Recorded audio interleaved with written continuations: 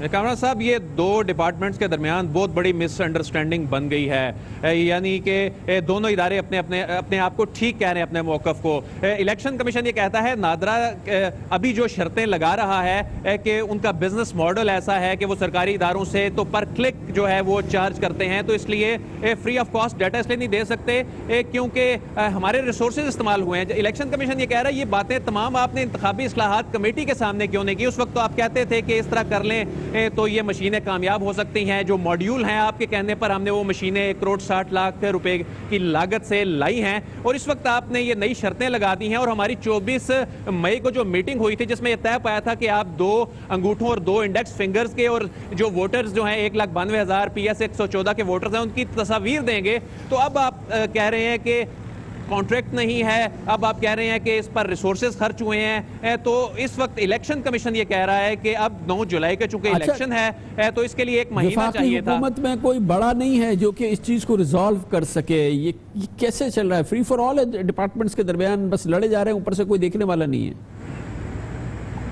جی بالکل بھی اس میں ابھی تک کسی بڑے نے مداخلت نہیں کی۔ اس کے جو بڑے ہیں وہ پارلیمانی امور کی وزارت ہے یا وزارت داخلہ ہے، دونوں اداروں کے اوپر جو معاملات کو دیکھتی ہے، اس طرح کے دونوں کی جانب سے ابھی تک کوئی رسپانس نہیں دیا گیا۔ اس کے علاوہ انتخابی اصلاحات کمیٹی حیران کن طور پر اس پر ابھی تک خاموش ہے، جہاں پر انیشیٹو لیا گیا تھا اور انتخابی اصلاحات کمیٹی کے نالج میں لانے کے باوجود انتخابی اصلاحات کمیٹی نے ابھی تک اس پہ کوئی رسپانس نہیں دیا۔ اور الیکشن کمیشن کی جو مشینیں ہیں 1,60,00,000 روپے کی لاگت سے منگوائی گئی، جو 100 مشینیں ہیں وہ گرد سمیٹ رہی ہیں، اور وہ جو PS 114 کا ضمنی الیکشن کا جو پہلا فیز تھا پائلٹ پروجیکٹ کا، وہ بظاہر جو ہے وہ معاملہ ٹھپ ہو گیا ہے۔ بہت بہت شکریہ۔ نہ جانے کیا کیا ٹھپ ہو گیا ہے اس وقت کی صورتحال۔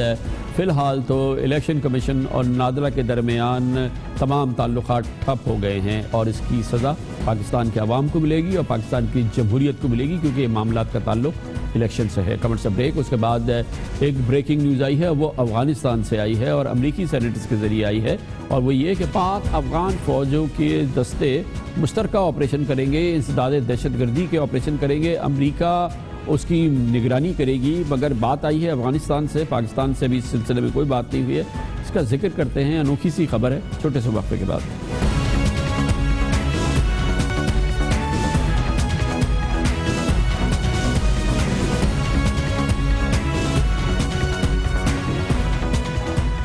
لگ یہ رہا ہے کہ پاکستان اور افغانستان کی فورسز کے درمیان امریکی وساطت سے کوئی ڈیولپمنٹ ہوئی ہے، کوئی ایسی پیشکش ہوئی ہے جس کے ذریعے دونوں ملکوں کی افواج کی خصوصی فورسز دہشت گردی کے خلاف مشترکہ کارروائی کریں گے۔ ابھی ہمیں اس حوالے سے سرکاری طور پہ پاکستان میں کوئی اطلاع نہیں ملی ہے، لیکن اس کی اطلاع افغانستان سے آ رہی ہے۔ افغانستان پر امریکی حملے کو اب 16 برس کے قریب ہو چکے ہیں۔ اس دوران امریکیوں نے وہاں پر تقریباً $1 ارب خرچ کر دیے ہیں۔ 4,500 امریکی فوجی وہاں پر ہلاک ہو چکے ہیں۔ دوسرے مغربی فوجوں کی ہلاکتیں اپنی جگہ ہے، اور اس کے باوجود وہاں پر ایک انتہائی کرپٹ حکومت ہے، ایک ایسی حکومت ہے جس کی ریٹ افغانستان کے محض 30-40% حصے پہ محدود رہ گئی ہے، اور اب وہاں پر شاید یہ احساس ہوتا جا رہا ہے کہ افغانستان میں اگر امن قائم کرنا ہے تو اس کے لیے ہر صورت میں پاکستان کی مدد کی ضرورت ہے۔ اس حوالے سے حالیہ دنوں میں ایک اہم ڈیولپمنٹ ہوئی۔ امریکہ کی کانگریس کا ایک انتہائی با اثر وفد، امریکی سینیٹرز کی کا یہ وفد پہلے پاکستان آیا۔ یہاں پر اس کی پاکستان کی فوجی قیادت وزیر اعظم جناب نواز شریف سے تفصیلی ملاقاتیں ہوئی۔ اطلاعات یہ تھی کہ یہ وفد دراصل کوشش کر رہا ہے، امریکی اس کاوشوں کو آگے بڑھا رہا ہے، جس کے ذریعے اب افغانستان کے حوالے سے امریکہ میں ایک نئی پالیسی بن رہی ہے، جس کا کارنر سٹون یہ ہے کہ پاکستان کو شامل کیے بغیر، پاکستان کی مدد کے بغیر افغانستان میں کسی قسم کا مستحکم امن قائم نہیں ہو سکتا، کوئی مستحکم پیش رفت نہیں ہو سکتی۔ اسی سلسلے میں یہ امریکی کانگریس کا وفد پاکستان میں تھا، یہاں سے اب وہ افغانستان پہنچا ہے، جہاں سے یہ نئی اور دلچسپ اطلاعات آ رہی ہیں، اور وہ آ رہی ہیں افغانستان کے صدارتی ترجمان کی جانب سے، جس نے اپنے ایک بیان میں کہا ہے کہ پاکستان کے ساتھ مل کر پاک افغان سرحدی علاقوں میں مشترکہ آپریشن ہوگا۔ پاک افغان سرحدی علاقوں میں چھاپہ مار کارروائیاں امریکی نگرانی میں کی جائیں گی۔ جرائم اور منشیات کے مکمل خاتمے کے لیے علاقائی طور پر کوششیں ہوں گی۔ اسی بیان کے مطابق امریکی سینیٹرز کے وفد نے خود افغان صدر اشرف غنی سے کہا کہ افغانستان میں بد امنی کے خاتمے کے لیے علاقائی سطح پر مشترکہ کوششیں انتہائی ضروری ہیں۔ جنرل قمر جاوید باجوہ دہشت گرد گروپوں کے خلاف افغانستان کے ساتھ مشترکہ آپریشنز پر تیار ہیں۔ پاک افغان مشترکہ آپریشن میں امریکہ تعاون کرے گا اور اس کی مؤثر نگرانی کی جائے گی۔ افغان میڈیا کہتا ہے کہ امریکی سینیٹر جان مکین نے میڈیا سے بات کرتے ہوئے کہا کہ افغانستان میں امن کے لیے پرانا طریقہ کار کام نہیں آئے گا، دہشت گردوں پر فتح کے لیے نئی حکمت عملی اپنانی ہوگی۔ اس سے پہلے سینیٹر مکین اور ان کے دوسرے ساتھی پاکستان میں جب پہنچے تھے تو انہیں خاص طور پہ شمالی وزیرستان لے جایا گیا تھا۔ شمالی وزیرستان وہ علاقہ جس کے بارے میں اس سے پہلے امریکہ صرف اور صرف شمالی وزیرستان کا نام لیا کرتے تھے کہ وہاں دہشت گردوں کے ٹھکانے ہیں، حقانی نیٹ ورک کا ٹھکانہ ہے۔ وہاں جا کے انہوں نے بچش میں خود دیکھا کہ یہ تمام معاملات وہاں ختم ہو چکے ہیں۔ نارتھ وزیرستان مکمل طور پہ پاکستان کی وہاں پر رٹ قائم ہو چکی ہے اور دہشت گردی کا وہاں پر اب کوئی اس قسم کا ٹھکانہ نہیں ہے جیسا کہ اس سے پہلے الزام لگائے جاتے تھے۔ یہ نئی پیش رفت سے بات کرتے ہیں اور اس کے لیے ہمیں جوائن کیا ہے بریگیڈیئر سعد محمد نے، جو کہ ڈیفنس ایٹیشی بھی رہے ہیں پاکستان کے افغانستان میں اور دفاعی امور کے تجزیہ کار بھی ہیں۔ بہت شکریہ بریگیڈیئر صاحب۔ ایسی کوئی نظیر ہے اس سے پہلے کاوش ہوئی ہے کہ پاکستان اور افغانستان مل کے دہشت گردی کے خلاف جوائنٹ آپریشن کریں یا کوئی جوائنٹ کوئی ان کی آپس میں کوئی سینرجی بنے؟ آپ کیا کہتے ہیں؟ جو خبریں آ رہی ہیں ابھی ہمارے پاس تو اس کی سرکاری اطلاعات نہیں ہے، لیکن کیا گنجائش ہے اس قسم کے معاملے کی؟ دیکھیں، گنجائش تو ہمیشہ رہتی ہے، کوئی اس میں ایسی بات نہیں ہے کہ پاکستان اور افغانستان دہشت گردی کے خلاف، جو پاکستان کے سرحد اور افغانستان کے سرحد کے دونوں اطراف ایسے گروہ موجود ہیں جو پاکستان کو بھی نقصان پہنچاتے ہیں اور افغانستان کو بھی نقصان پہنچاتے ہیں۔ لیکن اس سے پہلے جب میں بھی ادھر تھا تو ہماری یہ ٹرائی پارٹائٹ یہ سے جانبہ ملٹری کمیشن ہوتا تھا، اس میں اس قسم کی باتیں اٹھتی تھیں، لیکن وہ افغانستان ان میں بالکل عدم دلچسپی تھی ان کو، اور امریکہ کو بھی اس وقت کوئی خاص دلچسپی ظاہر نہیں کرتے تھے۔ تو اس کی وجہ سے پاکستان کی کوششوں کے باوجود یہ آگے نہیں بڑھ سکا۔ اس کے بعد اگر آپ نے دیکھا جب اشرف غنی صاحب وہ بنے صدر بنے افغانستان کے، تو راحیل شریف کے زمانے میں یہ ایک مفاہمت ہو گئی تھی کہ جس میں جوائنٹ انٹیلیجنس شیئرنگ ہوگی افغان جو این ڈی ایس ہے اور پاکستان کی جو ریاستی استخباراتی ادارے ہیں ان کے درمیان۔ لیکن اس کو بھی افغانستان میں کچھ ایسے لوگ موجود تھے جو انہوں نے اس کو رد کر دیا، ان کے پارلیمان میں یہ بات آئی اور اس کے اوپر اتنا فشار آیا حکومت کے اوپر کہ انہوں نے اسے وہ پیچھے ہٹ گئے۔ تو یہاں پر اس افغانستان میں اتنے سپوائلرز موجود ہیں جو اس قسم کی مفاہمت اور اس قسم کی وہ تو ہے۔ بریگیڈیئر صاحب یہ بتائیے گا کہ اگر یہ امریکی چاہیں اور امریکی اس کی کمٹمنٹ دے، جیسے کہ سینیٹر مکین وغیرہ یہ کانگریشنل ڈیلیگیشن کر رہا ہے، پھر کچھ امکانات ہیں کہ ایسے ہو؟ کیونکہ اگر امریکی واقعی دل سے چاہیں کہ اس قسم کا جوائنٹ ایکشن ہو۔ دیکھیں، افغان جو ہے نا وہ جب تک وہ خود اس کو اس بات کا وہ اندازہ نہیں ہوگا کہ یہ جو لڑائی چل رہی ہے اور جو وہاں پر بینیفیشریز ہیں سٹیٹس کو کے، جب تک ان کو سیدھا نہ کیا جائے تو یہ اس قسم کے کام آگے نہیں چلنے دیں گے۔ آپ نے دیکھا کہ افغانستان میں جب سوویت یونین تھا تو ان کے حلق اور پرچم دو مختلف کمیونسٹ پارٹی کے جو گروپ تھے ان کو سوویت یونین اکٹھا نہیں کر سکا۔ تو یہ ابھی توقع رکھنا کہ امریکی فشار کے نیچے وہاں پر کچھ جو سپوائلرز موجود ہیں وہ ایک دم بات مان جائیں گے، یہ میرے خیال میں ممکن نہیں ہے۔ لیکن ان کو سائیڈ لائن کیا جا سکتا ہے کہ وہ اشرف غنی صاحب جو ہیں وہ اتنے مضبوط ہو جائیں، اشرف غنی صاحب اپنی ریٹ اسٹیبلش کریں، اور جو ان کے حکومت کے اندر ایسے عناصر موجود ہیں جو شدید پاکستان مخالف ہیں، جو ہندوستان کے ساتھ ملی بھگت ہے ان کی، تو وہ ایسے عناصر کو اگر کنارہ کش کیا جائے اور ان کو آئسولیٹ کیا جائے تو پھر بالکل یہ بات ممکن ہو سکتی ہے، اور اس دہشت گردی اور اس جنگ سے ہماری بھی جان چھوٹ سکتی ہے اور افغانستان کی بھی جان چھوٹ سکتی ہے۔ بہت بہت شکریہ بریگیڈیئر ریٹائرڈ سعد محمد ہمارے ساتھ تھے۔ کمرشل بریک، اس کے بعد ذکر کرتے ہیں آج کا دن بہت اہم ہے، آج کی تاریخ بہت اہم ہے، کیونکہ آج سے 40 سال پہلے پاکستان میں دوسرا مارشل لا لگا تھا، جنرل ضیاء الحق نے لگایا تھا۔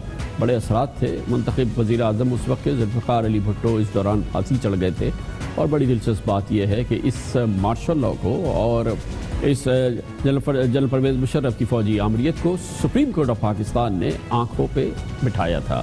اس کی بات کرتے ہیں چھوٹے سے وقت کے بعد.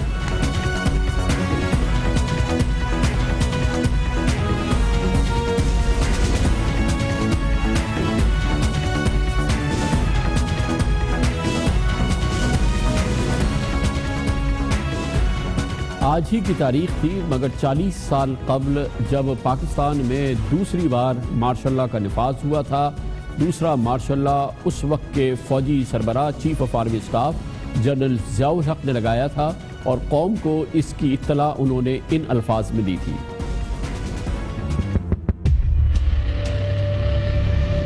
مسٹر بھٹو کی حکومت ختم ہو چکی ہے.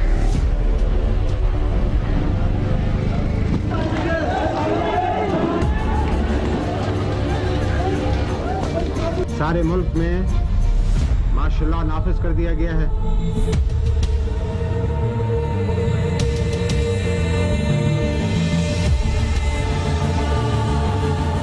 قومی اور صوبائی اسمبلیاں توڑ دی گئی ہیں.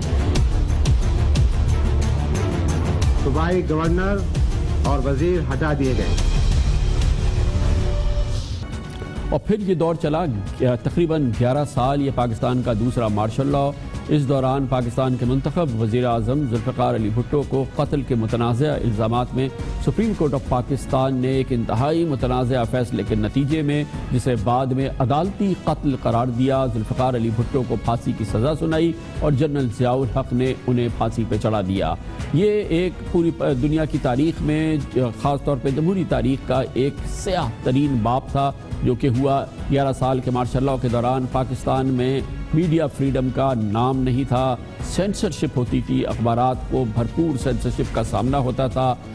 صحافیوں کو کوڑے مارے گئے, شاعروں کو گرفتار کیا گیا, فنکاروں کو پابند سلاسل کیا گیا. اور وہ دور تھا جو تقریباً 11 سال رہا. مگر اس دوران افسوس صد افسوس کہ اس پورے دور کو, اس مارشل لاء کے دور کو کسی بھی عدالتی اسکروٹنی کا سامنا کرنا نہیں پڑا, کسی بھی عدالتی چارجوئی کا سامنا کرنا نہیں پڑا. کسی بھی عدالت نے جنرل ضیاء الحق کو عدالت میں طلب نہیں کیا بلکہ ان کے مارشل لاء کو, ان کے تمام اقدامات کو, ان 11 سالہ اقدامات کو جائز قرار دے دیا. اس دوران جنرل ضیاء الحق بارہا کہتے رہے کہ وہ الیکشن کرائیں گے اور وہ الیکشن کرائیں گے اور اقتدار منتخب اسمبلیوں کو منتقل کرتے رہیں گے. مگر جب وہ وعدہ کرتے تھے تو ان کے چہرے پہ ایک مسکراہٹ ہوتی تھی جو اس وعدے کے پیچھے رکھے ہوئے ان کے اصل جو مقصد ہوتا تھا اس کو کبھی کبھی ظاہر کر دیتی تھی.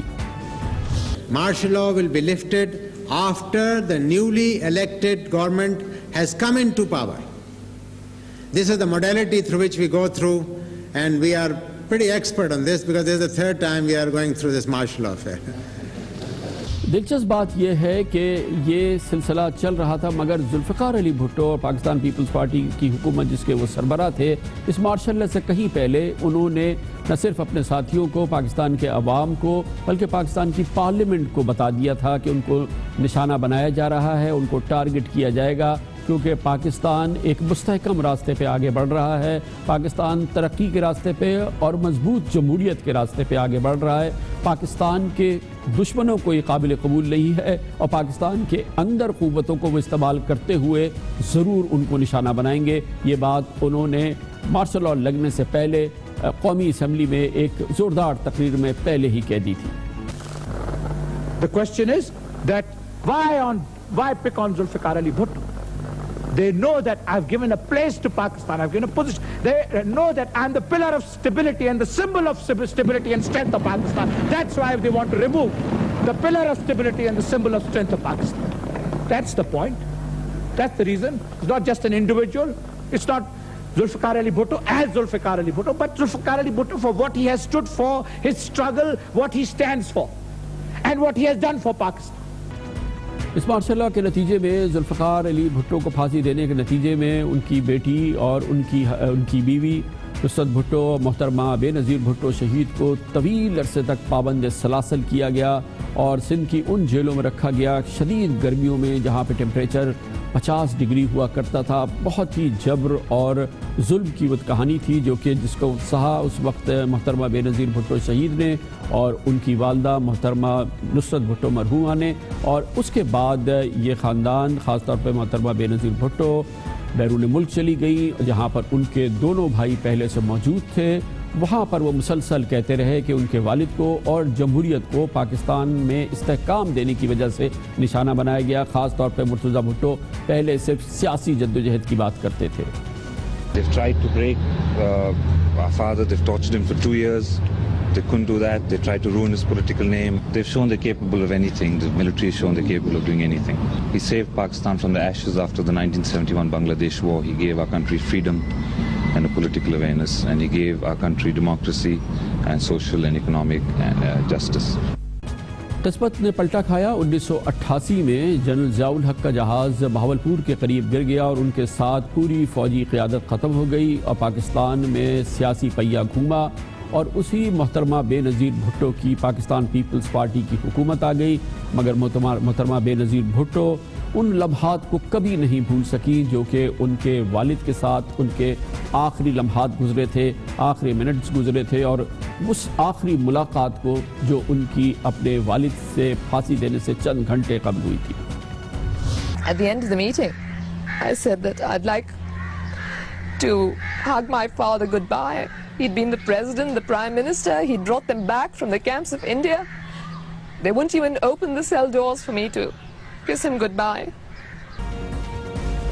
Commercial break. اس دوران آپ نیوز ہیڈ لائنز دیکھیں گے جس کے بعد ہمارے پروگرام کا بقیہ حصہ جاری رہے گا.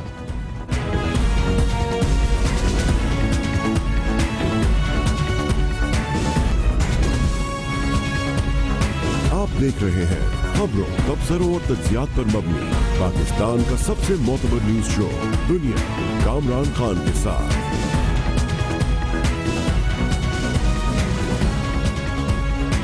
نہ جھنجھلاہٹ, نہ گھبراہٹ, نہ لہجے میں کوئی ہیجانی چیخ. وزیر اعظم جناب نواز شریف کی صاحبزادی محترمہ مریم نواز شریف نے آج بھرپور طریقے سے اپنے سیاسی کیریئر کا آغاز کیا.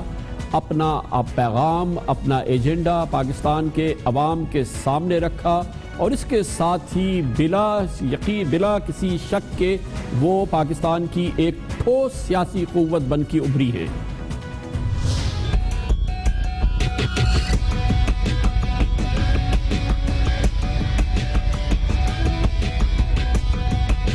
میں نے آج وہ قرض اتار دیا جو مجھ پہ واجب بھی نہیں تھا.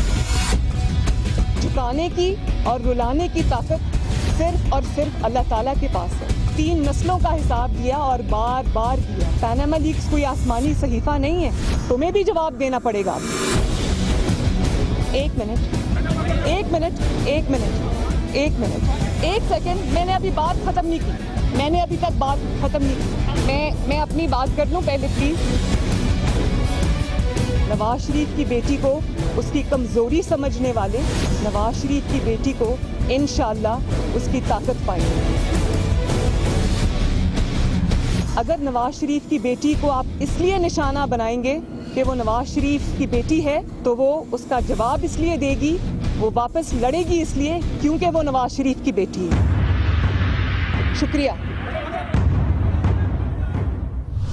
شاید اس سے بہتر سیٹنگ ہو نہیں سکتی تھی اگر محترمہ مریم نواز شریف کو اپنے متحرک سیاسی کیریئر کا بھرپور آغاز کرنا تھا. ہم نہیں کہہ سکتے کہ حالات نے ان کو یہ اسٹیج فراہم کیا, لیکن یقینی طور پر یہ ایک ایسا موقع ہے جو ہر صورت میں اس قسم کے سیاسی اور ایک بڑے مستقبل کا بہترین آغاز ہو سکتا ہے.